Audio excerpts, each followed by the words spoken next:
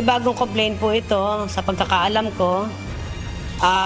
Lalo na sa side namin kasi before kasi yung partner ng kapatid ko yung complaint, kami naman ngayon na magko-complain bilang kapatid.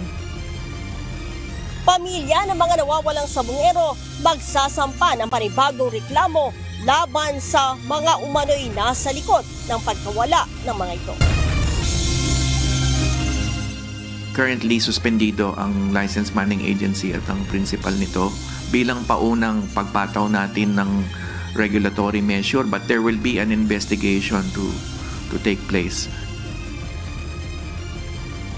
Lisensya ng Manning Agency ng Filipino crew members ng MV Eternity Sea at may-ari nito sinuspinde ng Department of Migrant Workers. Sagutin na lang yan sa mismong impeachment kesa dito po sa media. Paggamit ng fictitious names sa confidential funds sa impeachment trial na dapat ipaliwanag ni Vice President Sara Duterte ayon sa isang House prosecutor.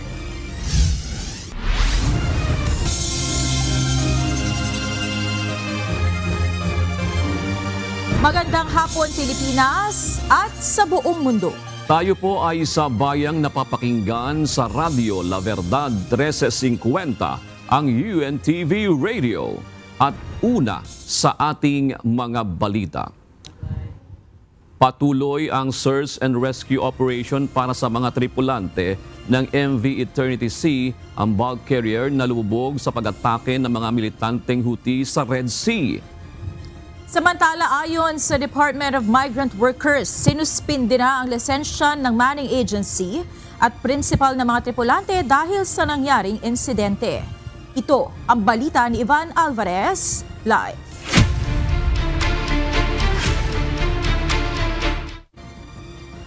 Ivan, ano na ang update tungkol sa mga Pilipinong tripulante at kumusta na yung unang 5 crew members na nasagip? Yes, Monica, ayon sa ulat na ibinigay kaninang umaga ni Department of Migrant Workers Secretary Hans Leo Kakdak, base sa kanilang pag-uusap kasama yung ship owner at maritime security firm na nakakaalam ng mismong estado ng mga tripulante, nasa maayos na kalagayan yung unang 5 na rescue. Walang serious physical injury at wala ring mga sakit. Samantala, patuloy yung paghahanap dun sa mga kasamahan pa nilang tripulante. Hindi tumitigil ang isinasagawang paghahanap sa mga nawawala pang tripulante sa lumubog na barkong MV Eternity Sea sa Red Sea matapos atakihin ng mga Houthi militants. Ayon kay Migrant Workers Secretary Hans Leo Kakdak, maritime security team na kinontrata ng mismong ship owner ang nagsasagawa ng search operation. Ngayon, with the rescue of the 5 ay 16 sa ngayon. Ang inaantabayanan pa rin natin kung anong kinaratnan. Meron pa ring search operation as far as we know at patuloy ang paghahanap sa kanila. Ngunit bukod rito ay nakikipagtulungan na rin ang pamahalaan sa iba pang international organizations. We know that we have tapped the UK MTO and other international naval forces to help us monitor the situation. Ayon kay Secretary Kakdak, kinukumpirma pa nila kung may mga nasawi at kung totoong mayroong mga tripulante na hawak ngayon ng mga Houthi. Currently, suspendido ang Licensed Manning Agency at ang principal nito bilang paunang pagpataw natin ng regulatory measure, but there will be an investigation to take place. Samantala, sinuspindi naman ng Department of Migrant Workers ang lisensya ng principal at Manning Agency ng Filipino crew members dahil sa nangyaring insidente. Napakahigpit ng ating regulatory requirements, reportorial requirements prior to boarding any Filipino seafarer to any ship that will traverse the Red Sea or Gulf of Aden. Meron pang kailangang isubmit na risk assessment, meron pang requirement ng armed guard at maritime security escort, and our initial investigation reveals that these were all not observed. Paliwanag ng kalihim lumalabas sa inisyal na investigasyon na mayroong mga requirements na hindi nasunod ang mga ito nang 2 beses itong maglayag sa Red Sea nang walang paalam sa kagawaran.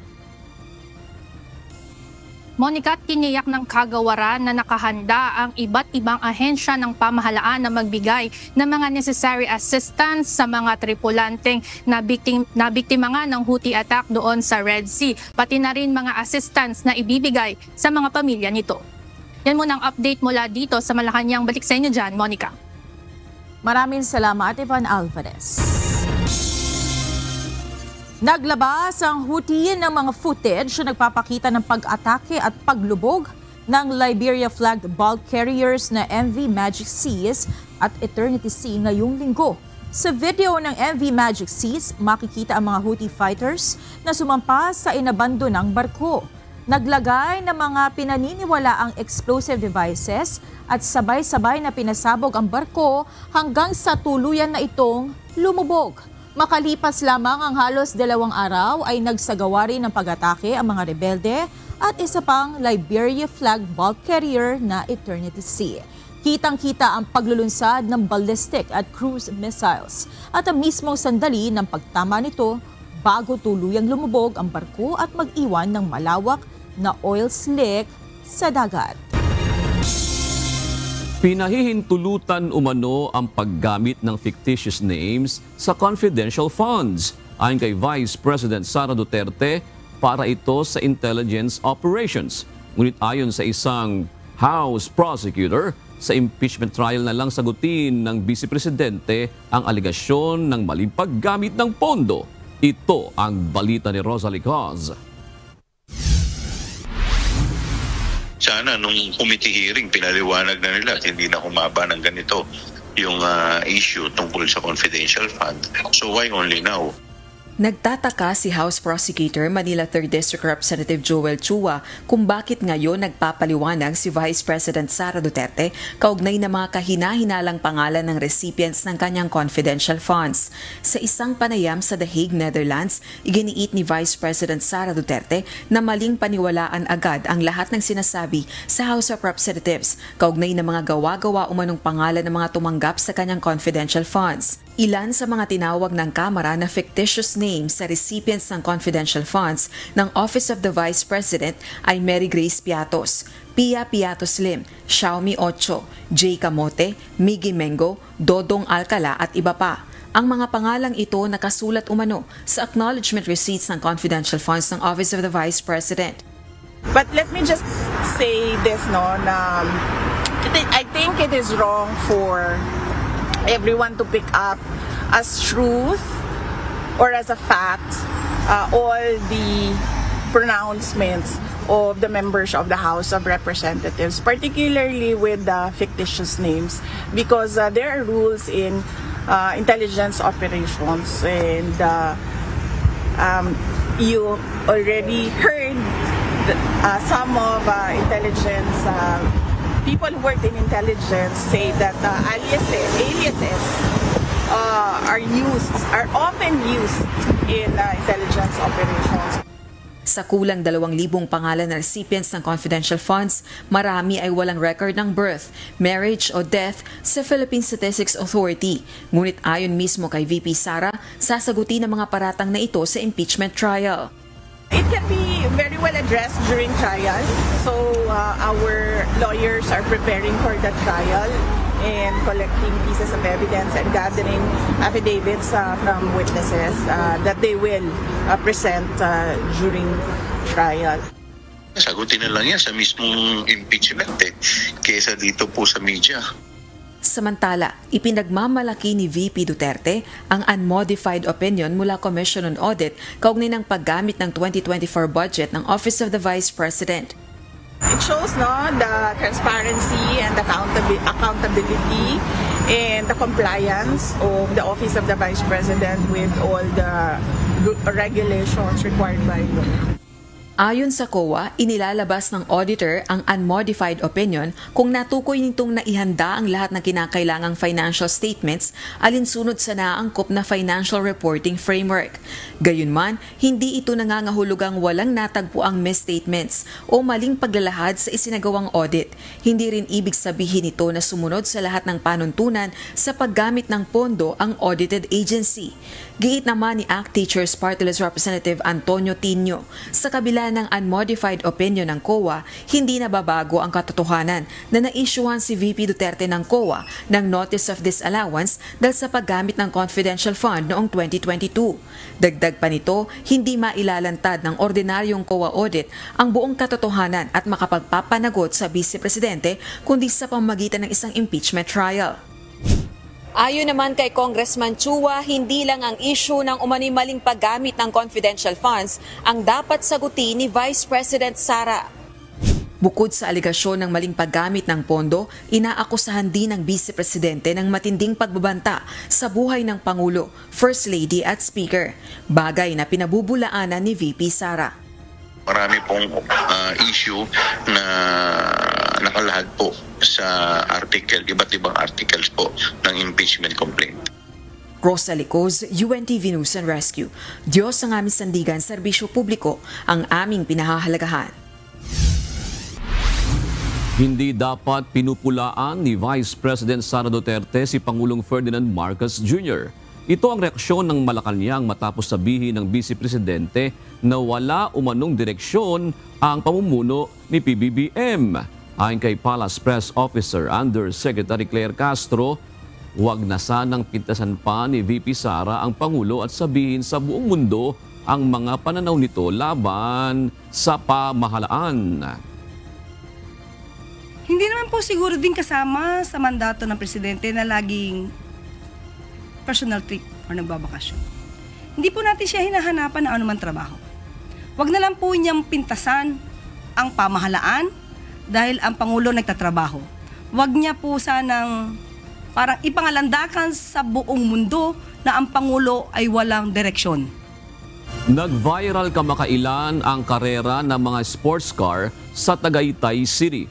Lubhang delikado ang ganitong gawain dahil hindi lang ang mga nagmamaneho ng sasakyan ang maaaring maaksidente kundi pati ang mga inosenteng pedestrian. Bunsod nito, ipinasususpindi ng Department of Transportation sa Land Transportation Office ang lisensya ng mga driver ng sports cars. Ito ang balita ni Benedict Samson. Any abuse sa kalye, ke bus, ke jeep, ke taxi, ke sports car. Wala kaming pakialam dito sa LTO at sa DOTR. Kahit sports car pa yan. Lahat yan, suspendido yung mga driver niya, 90 days. Ilalabas namin ang mga, ipapaskill namin sa social media yung mga pangalan nila at lahat ng mga sasakyan nila, papa-alarm natin lahat yan. Nag-viral sa social media ang video na ito na kung saan makikita ang 6 na sports car na nagkakarera sa Tagaytay City. Sa naturang video, tila ibinablog pa ang pagpapaharurot ng mga sasakyan. Kaya naman kanina, ipinagutos ni Transportation Secretary Vince Dizon na suspendihin ang driver's license ng mga sangkot sa insidente. Ipinalalagay din sa alarma ng kalihim ang mga sasakyan na gamit ng mga ito. Kahit na maubos na ang mga bus, ang mga jeep, ang mga sports car sa Pilipinas, hindi kami titigil dito. Yun ang mensahe namin sa lahat ng mga motorista. Seryoso ang gobyerno dito. Kung ayaw niyong masuspinde ang mga lisensya nyo, kung ayaw nyong ma-impound ang mga vehicles nyo, kung ayaw nyong masuspinde at mawala ang mga prangkisa nyo, mag-ingat kayo. Ayon naman sa Land Transportation Office, naglabas na sila ng show cause order laban sa mga driver upang pagpaliwanagin ang mga ito. Lahat po ng makikita namin na may violation ay talaga pong pagpapaliwanagin namin, hindi lang po i-imposean ng fine. Pero i-determine po natin yan kung proper person to operate a motor vehicle pa po kayo at pwedeng maari pong ma-revoke or masuspindi ang inyong lisensya. Samantala, aminado naman si Secretary Dizon na kulang ang traffic law enforcers na magpapatupad ng batas trapiko. Sinabi pa ng kalihim na nakikipag-ugnayan na sila sa Philippine National Police para sa mga PNP personnel na magiging katulong sa pagpapatupad ng batas trapiko. So ang solusyon namin, kailangan tayong mag-deputize sa ating mga law enforcement agencies tulad ng PNP at iba pa. no? Lalong-lalo na yung ating highway patrol. Hinihikayat din ng kalihimang publiko na kung may makitang pasaway sa kalsada ay huwag mag-atubiling magsumbong sa kanila sa pamamagitan ng mga social media account ng ahensya. Benedict Samson, UNTV News and Rescue. Diyos ang aming sandigan, serbisyo publiko ang aming pinahahalagahan. Nanawagan ang Land Transportation Office sa mga driver ng pampublikong sasakyan na dapat isaalang-alang ang kaligtasan ng pasahero kaysa sa hinahabol na boundary. Bunsod nito, mahigpit nang ipinatutupad ang anti-sardinas policy ng ahensya. Ayon kay Land Transportation Office Acting Assistant Secretary Greg Pua Jr., layo ng pulisiya na matiyak ang kaligtasan sa mga pampublikong sasakyan. Dagdag pa ng LTO, limitado lamang ang pinapayagang bilang ng standing na pasahero sa modern jeepney at bus. Ayon pa kay Pua, isa rin sa pwedeng gawin ng driver ay ang bumaba ito sa sasakyan kung makikita niyang siksikan na ito. Again po, yun nga po, huwag po natin i-kompromiso yung safety ng passengers para lang kumita. Kung maaalala nyo po, meron pong nag-trending po dati, bumaba po yung bus driver dahil yung mga pasahero gusto nang sumiksik. So ang ginawa ng bus driver, bumaba na po siya kaysa matikitan pa siya.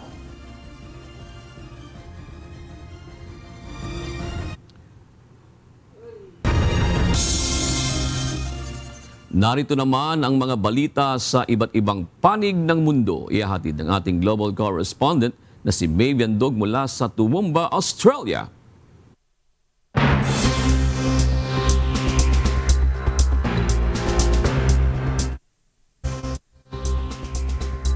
Pinulong ni United States President Donald Trump sa White House ang mga pangulo ng bansang Gabon, Guinea-Bissau, Liberia, Mauritania at Senegal. Ito ay para talakayin ang 10% tariff na ipapataw ng Estados Unidos sa mga exported products ng mga nasabing bansa na dadalhin sa Amerika. Ito ang balita ni Maven Carizo. My administration is committed to strengthening our friendships in Africa through economic development efforts that benefit both the United States and our partners. And we're shifting from AID to trade. Sa pagbubukas ng 3 araw na summit sa Washington, D.C., inilahad ni Pangulong Donald Trump ang bagong direksyon ng Amerika sa pakikitungo sa Afrika. Kasama sa mga dumalo ang mga lider ng Gabon, Guinea-Bissau, Liberia, Mauritania at Senegal, mga bansang mayaman sa likas yaman, ngunit kasalukuyang nakararanas ng 10% tariff sa kanilang mga produktong papasok ng Amerika. Sa nasabing pulong, pinagmalaki ng African leaders ang mga likas na yaman mula sa rehiyon. We have a great deal of resources, many resources, and we have a lot of opportunities to offer in terms of investment. We have minerals, rare earths, rare minerals. We have manganese. We have uranium.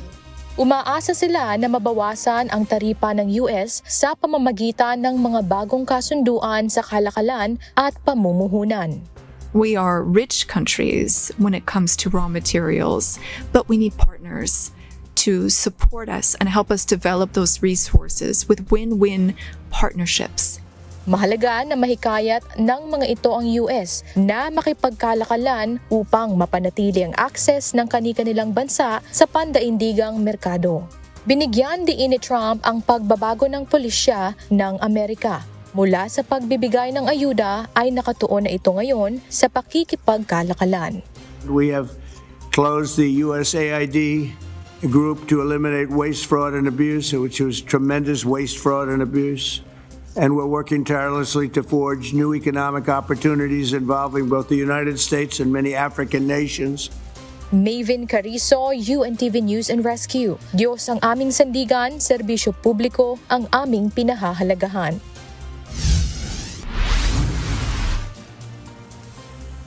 Magsasampa ng civil at criminal cases ang isang North Korean defector laban kay Kim Jong-un at 4 na opisyal ng Pyongyang dahil sa pang-aabusong naranasan nito habang nakakulong sa bansa.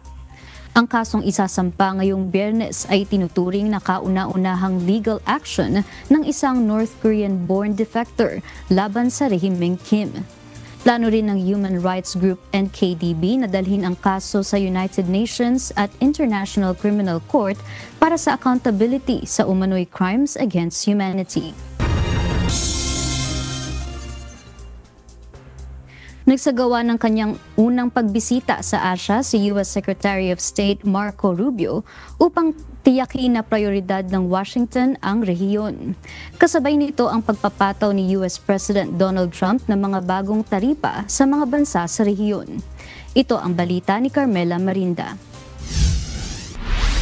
In addition, this evening Secretary Rubio will travel to Kuala Lumpur to participate in the ASEAN United States Post-Ministerial Conference, the East Asia Summit Foreign Ministers Meeting, and the ASEAN Regional Foreign Ministers Meeting. Sa kauna-unahang pagkakataon ay bumisita sa US Secretary of State Marco Rubio sa ilang bansa sa Asia. Ang pagbisitang ito ay bahagi ng layunin ng administrasyon na palakasin ang ugnayan ng Amerika sa Indo-Pacific region. Ayon sa State Department, ang opisyal na layunin ng biyahe ay para muling pagtibayin ang pangako ng Estados Unidos sa isang malaya at ligtas na rehiyon. In his first trip to Asia, as Secretary of State, Secretary Rubio is focused on reaffirming the United States' commitment to advancing a free, open, and secure Indo-Pacific region. Gayunpaman, ang diplomatic trip na ito ay nangyari sa gitna ng pandaigdigang tensyon dahil sa mga bagong taripa na ipapataw ni US President Donald Trump sa iba't ibang bansa para umano sa balancing trade deficit ng Amerika sa mga trading partners nito. Target ng mga taripa ang 6 na miyembro ng ASEAN, kabilang ang Malaysia, pati na rin ang Japan at South Korea. Dahil dito, nagpahayag ng pag-aalala ang mga ASEAN foreign ministers sa isang draft communique ukol sa rising global trade tensions at unilateral actions relating to tariffs. Inaasahang tatalakay ni Rubio ang issue ng trade at ang pangangailangan na ayusin ang trade relationship ng Amerika sa mga bansa sa Asia. Nakatakda rin makipagkita si Rubio kay Russian Foreign Minister Sergey Lavrov sa Kuala Lumpur. Carmela Marinda, UNTV News at Rescue, USA. Diyos ang aming sandigan, serbisyo publiko ang aming pinahahalagahan.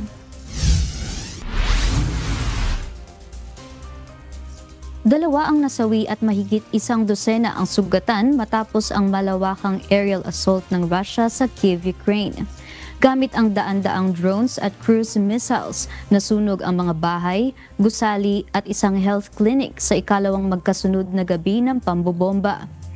Ito na ang tinuturing na pinakamalaking drone attack ng Russia mula nang simulan ang full-scale invasion noong 2022.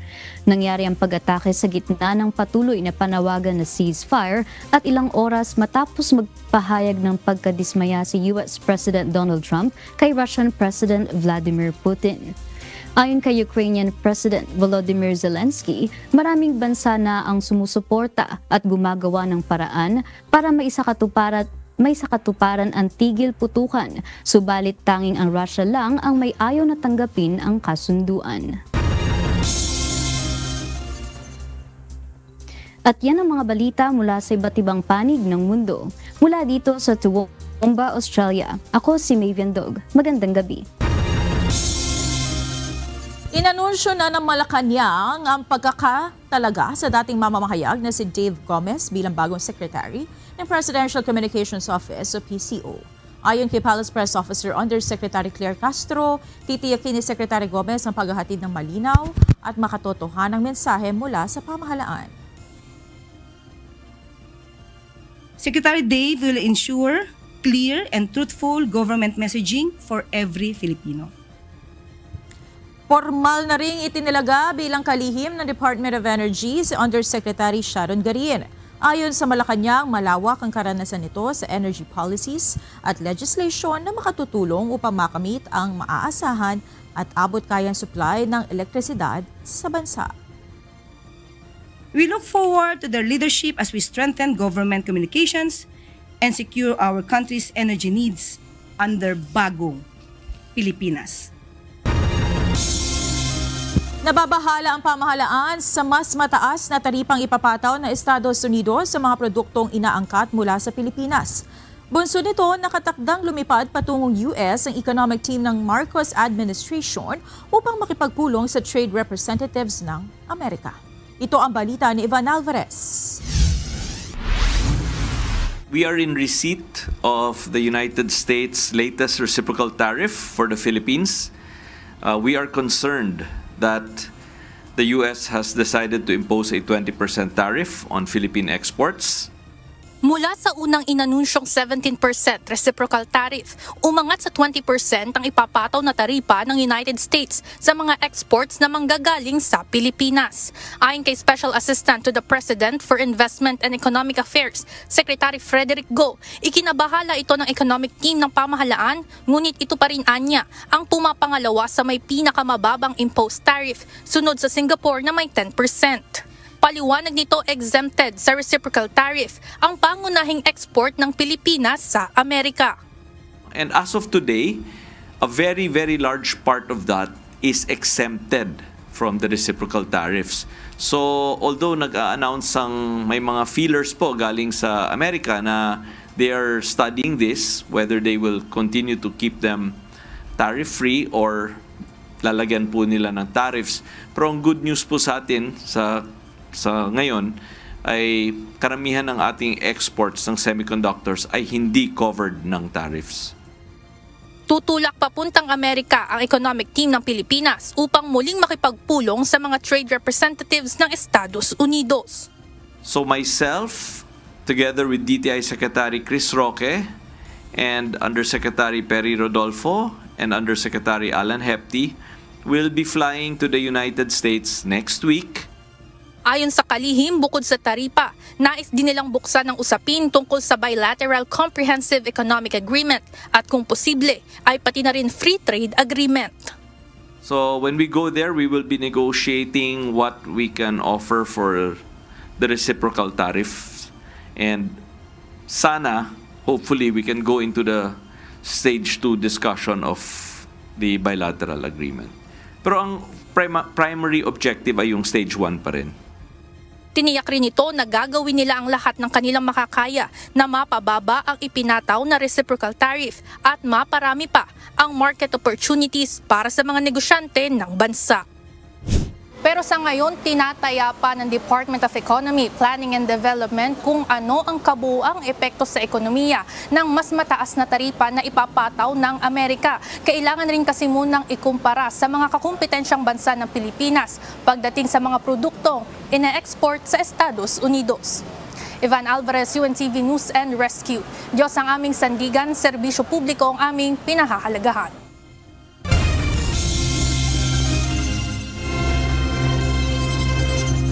Muling dumulog sa Philippine National Police Criminal Investigation and Detection Group ang kapamilya ng mga nawawalang sabungero. Layo nito na muling magsampa ng kaso laban sa mga sangkot at mastermind sa pagkawala ng kanilang mga kaanak. Ito ang balita ni Lea Ilagan. Kasi masakit sa isang magulang na gano'n ang nangyari sa anak ko. Kaya hanggang gayon, hindi po siya maalis sa puso ko, sa isip ko, araw-gabi po. Hindi po basta po kasi parang malaking dagog sa aming pamilya po, lalo na sa isang ina. Naghahanap pa rin ng katarungan ang pamilya ng mga missing sabungero sa kabila ng ilang taong pagkawala ng mga ito. Ayon kay Charlene Lasco, kapatid ng isa sa nawawalang sabungero, nagtungo sila sa Criminal Investigation and Detection Group para muling magbigay ng pahayag at magsampa ng panibagong reklamo. Panibagong complaint po ito sa pagkakaalam ko, lalo na sa side namin kasi before kasi yung partner ng kapatid ko yung complaint, kami naman ngayon magko-complain bilang kapatid. We are praying na sana hindi nga ma-whitewash. And then we are very cooperative. Kung kailangan araw-araw kaming nandito para lang ipakita sa kanila at sa witness na kami talaga ay tutulong para mapadali ang investigasyon na to.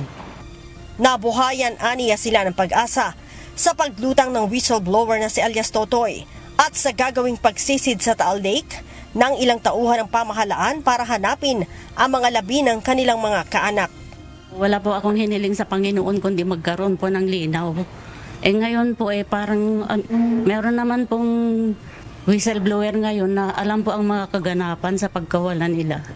Kaya yun po siguro ang tugon ng Panginoon para malinawan na po kami. Sa ngayon po, punong-puno kami ng pag-asa. Nung nagkaharap kami ng witness, isa siyang mukha ng pag-asa sa amin. Kami ay nagpapasalamat na talagang finally mabibigyan na ng linaw ang mga mastermind kung sino man at mabibigyan na ng justice. Hindi naman, alam ko ito ay mahabang proseso, but at least meron tayong pinagsisimulan. Hindi kamukha nung nakaraang mga taon na talagang walang gustong gumalaw. Isa lang aniya ang pakiusap nila sa mga may kinalaman sa pagkawala ng kanilang mga mahal sa buhay. Sabi po ng whistleblower, tinurn over daw po sa pulis.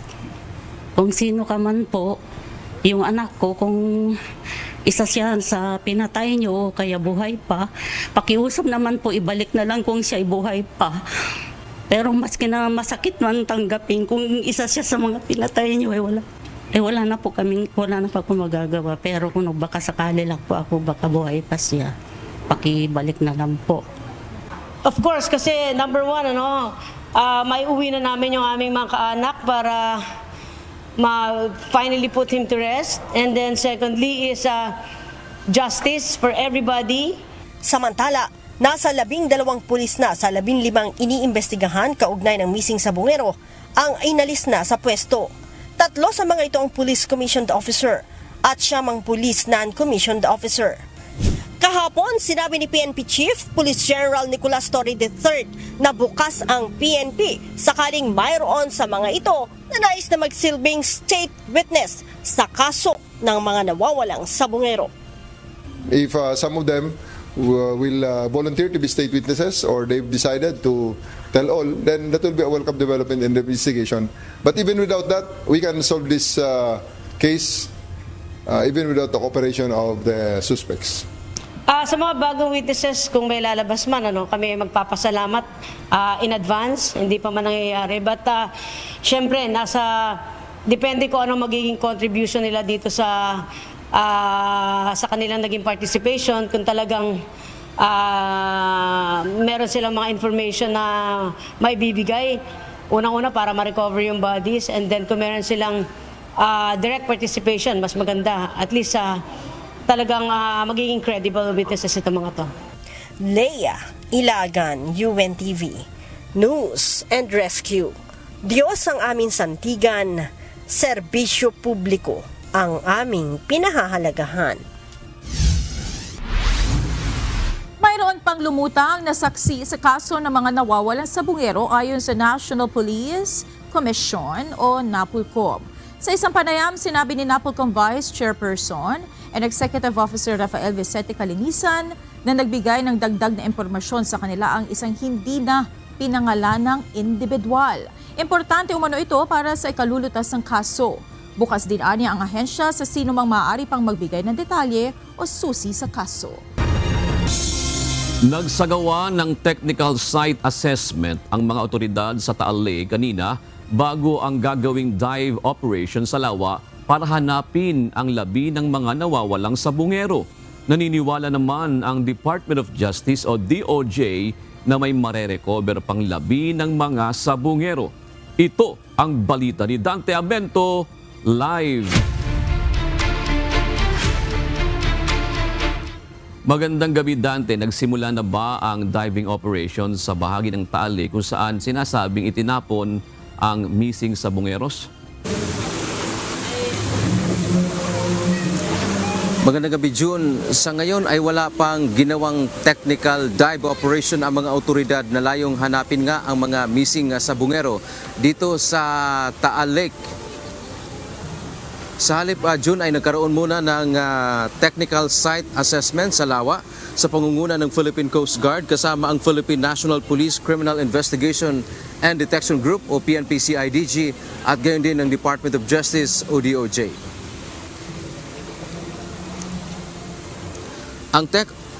Ang take-off point ay ang Talisay, Batangas at pagkatapos nito June ay pumunta sa sinasabing palaisdaan kung saan posibleng itinapon ang mga bangkay. Maliwanag ni DOJ spokesperson Assistant Secretary Miko Clavano, kailangan munang may assessment sa lugar at tubig bago isagawa ang technical dive o pagsisi dito. Dapat anyang ikonsidera ang lawak at lalim ng tubig. Dito malalaman kung kaya bang gawin ang pagsisid. Titignan lang po natin kung ano yung kondisyon ng tubig, no, kung gaano ka clear, kung gaano ka murky yung tubig. Titignan din ho natin ang depth, no. Ang initial po na information na nakarating po sa atin ay 30 meters po ang kalaliman ng lake or ng area ng lake kung saan tayo magsa-search. Dagdag pa ng mga otoridad, dapat din maging partikular sila kung saang parte ng lawa maghahanap o magsasagawa ng search and retrieval operation. Kung titignan po natin, 234 square kilometers po itong talik. Kaya kailangan ho natin gawing mas focused, no, ang search natin. Dagdag pa ng DOJ, ang hakbang na paghahanap sa mga labi ay hindi lang sa pahayag ng witness na si Julie Patidongan alias Totoy ibinase, kundi mula rin sa mga ibang impormante. Napakahalagaan niya nito dahil dito mapatutunayan ang claim o pahayag partikular ng witness na si Julie Patidongan alias Totoy na dito nga sa Taal Lake itinapon ang mga bangkay ng missing sabungeros. Lahat po ng information na nakuha natin, kailangan natin i-validate. Hindi naman po pwedeng may information tayo nakuha, wala tayong gagawin. Positibo naman ang DOJ na may makukuha o makikita pa mga labi ng sabungeros kung totoo nga na sa lawa sila itinapon. Ito ay sa kabila ng 4 na taon nang nawawala ang mga sabungero at fresh din ang water na nasa lawa. Yung mga dating searches were done in salt water. So there are experts advising us on what we should be looking for. Ang mga labi ay isang matibay na ebidensya na may nangyari ngang mas mabigat na krimen na murder. Samantala, June, bukas naman ay inaasahang formal ng sisimulan ang technical dive sa pangunguna ng Philippine Coast Guard o PCG. Ito ay gagawin sa vicinity ng Laurel, Batangas. 30 diver ang maghahalinhinan sa pagsisid. Gagamit din ng water drones ang PCG kung kinakailangan. Yeah, we have already seen the area and definitely starting tomorrow we'll be doing the diving. Ngayon, even surface search naggagawa na rin ngayon.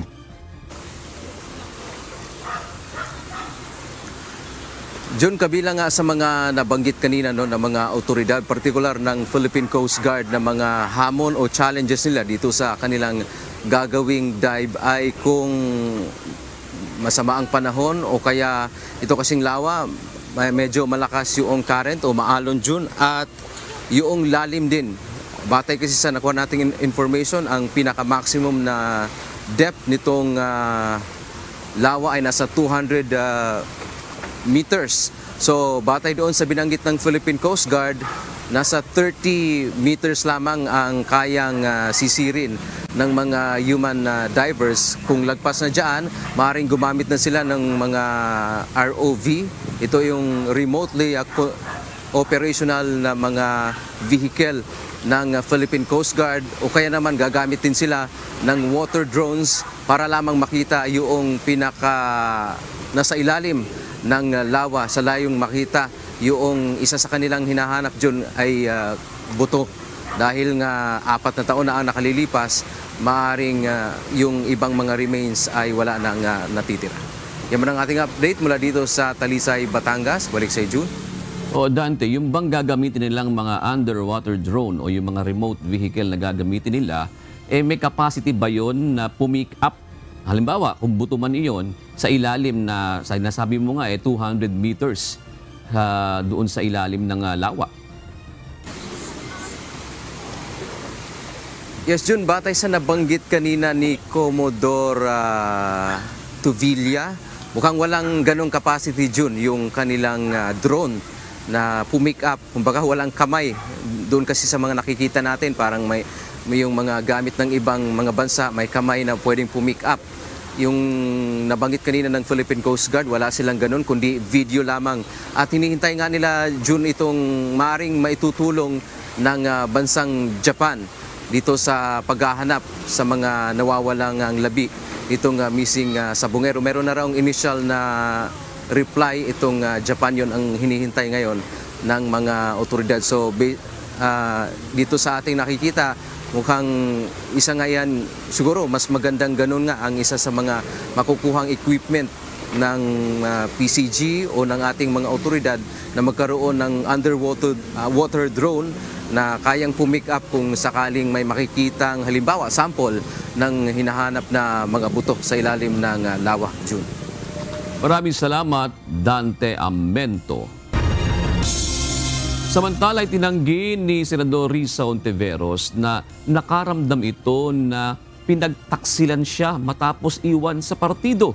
Ito ay sa gitna ng issue na sumama na sa mayorya ang mga ikinampanya nito noong eleksyon na sina Senators Kiko Pangilinan at Bam Aquino.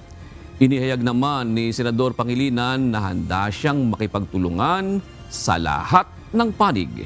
Ito ang balita ni Asher Cadapan Jr. I don't feel betrayed. At saka kahit naman yung pagsali ng bawat isa sa amin, either sa majority or sa minority, mafa-finalize lang talaga dun sa pagboto ng bawat isa sa umaga ng 28 pag inorganisa na namin yung Senate ng 20th Congress. Patuloy na maninindigan at magtatrabaho. Ito ang binigyan diin ni Senador Risa Hontiveros matapos lumabas ang ulat na karamihan na ng mga senador ay pumanig na kay Senate President Francis Escudero. Ibig sabihin, mapabibilang na sa mayorya ang mga senador na boboto pabor sa pananatili ni Escudero sa liderato. Gayunman, itinanggi nito na siya ay nagdamdam sa napipintong paglipat ni na Senators Francis Kiko Pangilinan at Paulo Benigno Bam Aquino matapos niyang ikampanya ang mga ito sa eleksyon. Inihayag ng senadora na patuloy pa rin ang kanilang pag-uusap at ang pagbubuo ng kanilang desisyon kaugnay nito. Hindi ko mamasamain dahil bawat isa sa amin gumagawa talaga ng desisyon sa bawat bagong kongreso ng Senado. And bawat isa sa amin responsable at accountable din naman sa aming mga desisyon. Ganoon. So, mas maigi sa kanila nyo na lang tanungin. Sumagot din sa isyong ito si Senador Pangilinan at sinabing malaya silang magsalita, ngunit malinaw rin ang kanyang paninindigan. Partikular ito sa kanyang pagiging handa na makipagtulungan sa lahat ng panig habang nakatuon sa prinsipyo at malasakit laban sa mataas na presyo ng pagkain at gutom sa bansa. Noon pa anya ay sinasabi na niyang handa siyang isantabi ang bangayan sa politika at isulong ang pakikipagtulungan ng lehislatura at ehekutibo kung ito ang solusyon.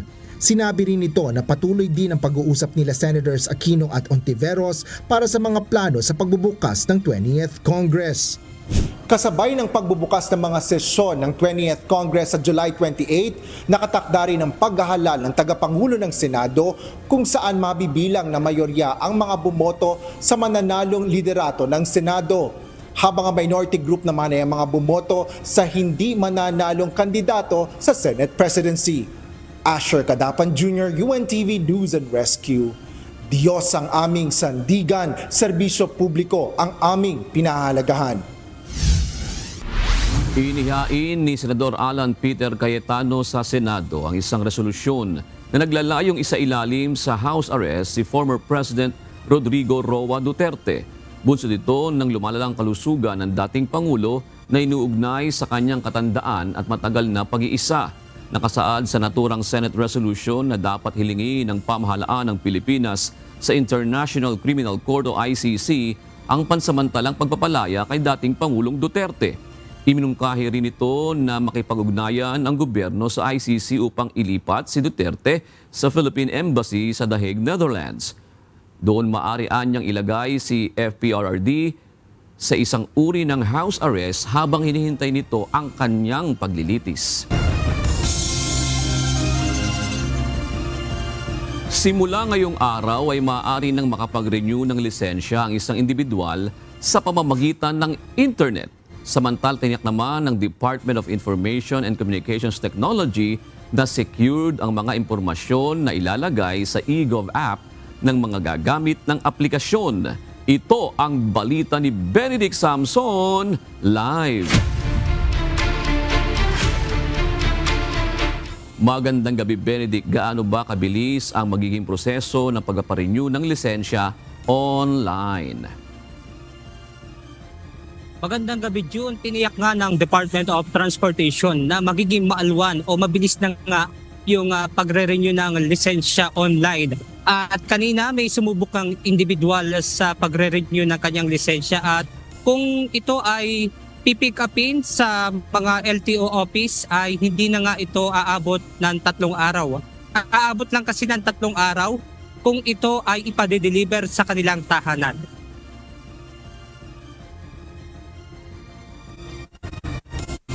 Hindi na nga kakailanganing pumila pa sa mga tanggapan ng Land Transportation Office para magpa-renew ng lisensya.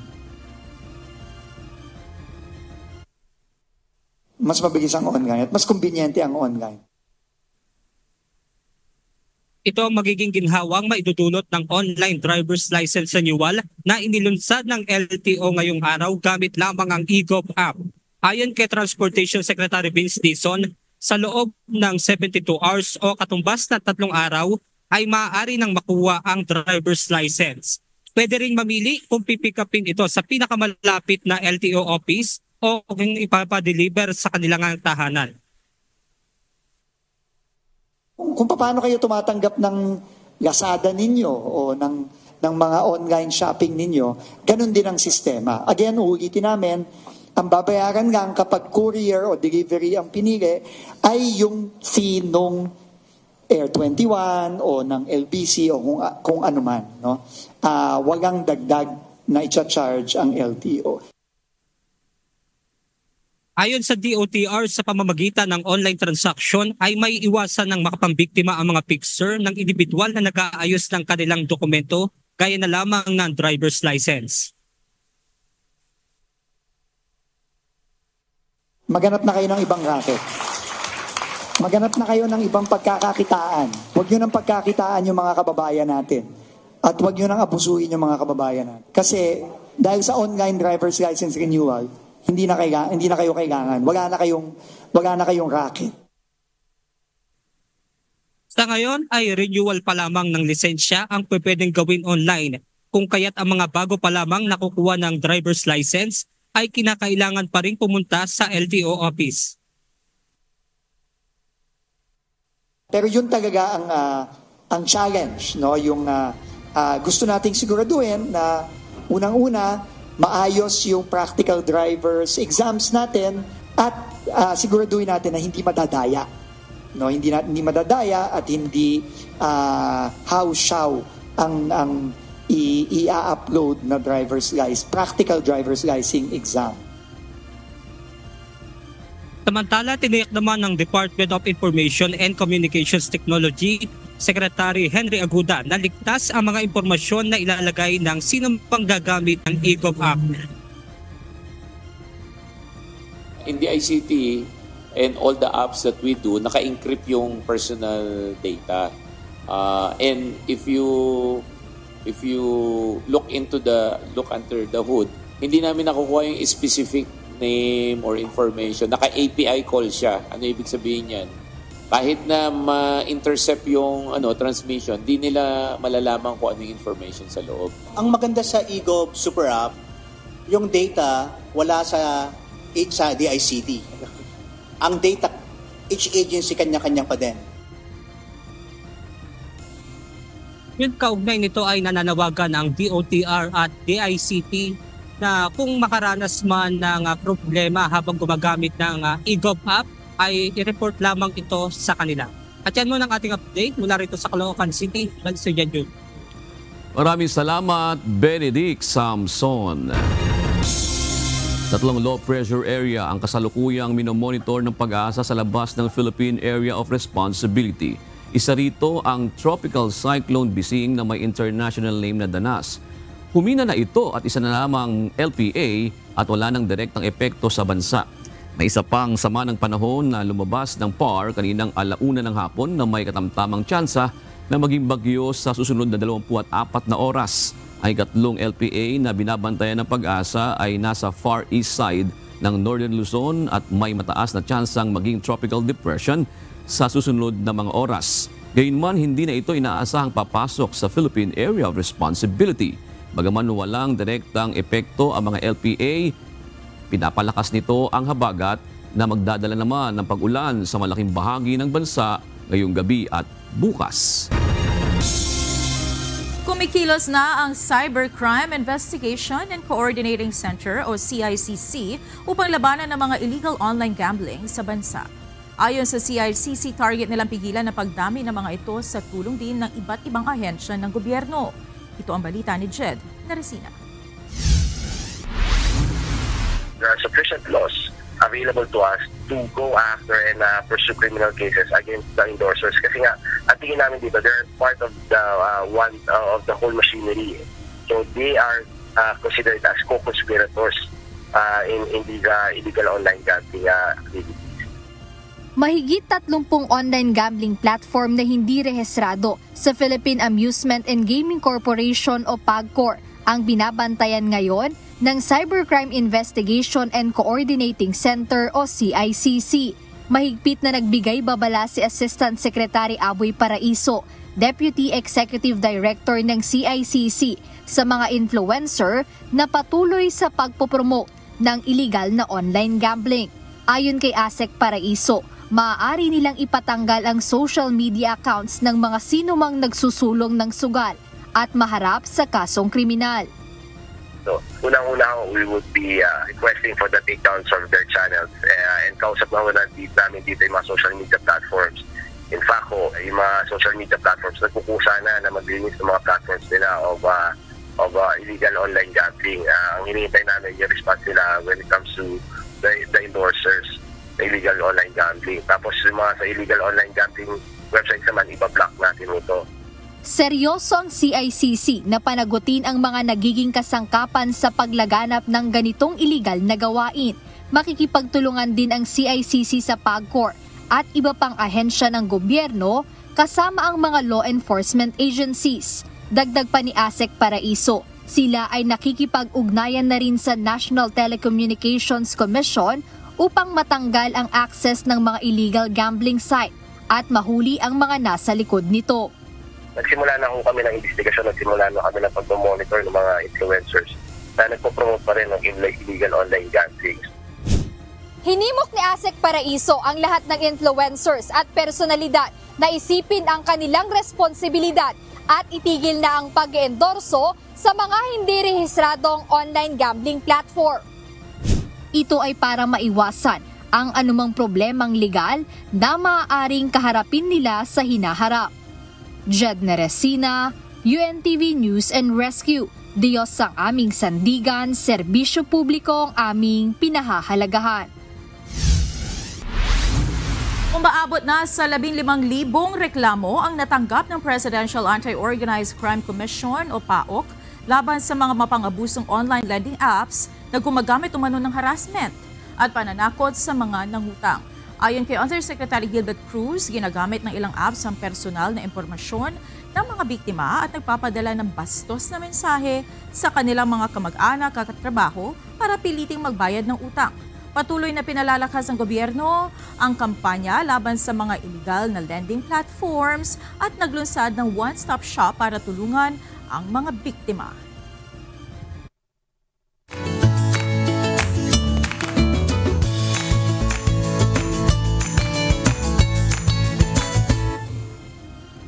Yan. Usi na ba tayo? Usi na. Ito na po ang ating mga kausi ngayong araw po ng Thursday. Salamat po at shout out kina Hernan Cabingaw, Bernard Mejes at Marvin Palmares Patagan. Gayon din kay Ben Fernandez, Mabeth Garay at Jomar Dake. At bago po tayo magtapos, ba't naman nilabas kasi ninyo agad? Ngayon pa lang ako bubuelo eh. Oo, gusto ko nga syempre batiin ang ating partner sa ating news program. Happy birthday, June, sa'yo. Naunahan tayo nung pa-surprise sa likod. Pag ganun ko, ako pala yun. Mali ang timing. May ganun pala. Sabi ko na ba, ayoko na pumasok eh. Meron ka bang birthday wish na inaasam-asam kami? Tayo naman lagi nagtitiwala sa magagawa ng Panginoon. Buhay natin, ang lakas natin. Sa atin lang mas gumanda pa itong takbo ng ating newscast programa. At ng makasamahan, sana yung kanilang kakayanan ay mas yumabong pa. Ang wish ko para sa ating mga kasama. Para sa akin kasi parang okay na eh. Parang marami nagmamahal. Marami namang nagtitiwala. May ganyan pa. May pakik pala. Nahuli rin. Sabi ko na nga ba, ayoko pumasok eh. Hipa mo na. Yan, alam sa Diyos. Happy birthday. Sa Diyos, JP. JP tumataba, Pumuputi. Nasanay sa aircon, no? Ayaw na lumabas eh. Kaya pala wala siya masyadong tape report, nasa loob pala. Dito na. Pwede naman daw siya mag-report ng ng nasa loob. Yan. Pero salamat po. Basta yun ang wish ko sa ating lahat. Sana mas pa tayo. Mas lumakas pa sa pagbabalita. Tsaka it's another year to be grateful, no? Correct. Marami tayong pagpapasalamat. Sige. Happy birthday ulit. Ama, Jaisel pala pinapapasok ko yung Jaisel eh.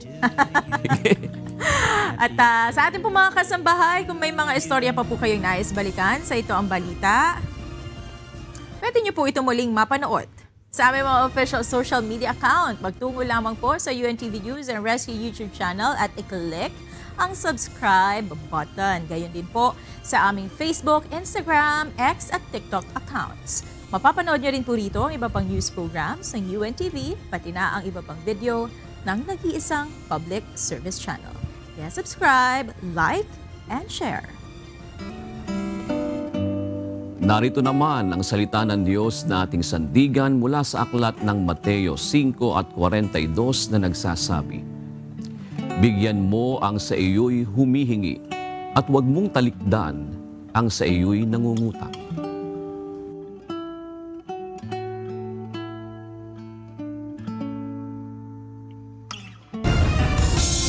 At yan ang naging kabuuan ng ating balitaan ngayong gabi. Aming inilahad ng buong katapatan kung paano namin nasaksihan.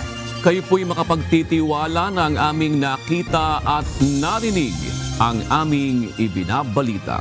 At dito po sa UNTV, Diyos ang aming sandigan, serbisyo publiko, ang aming pinahahalagahan. Magandang gabi po.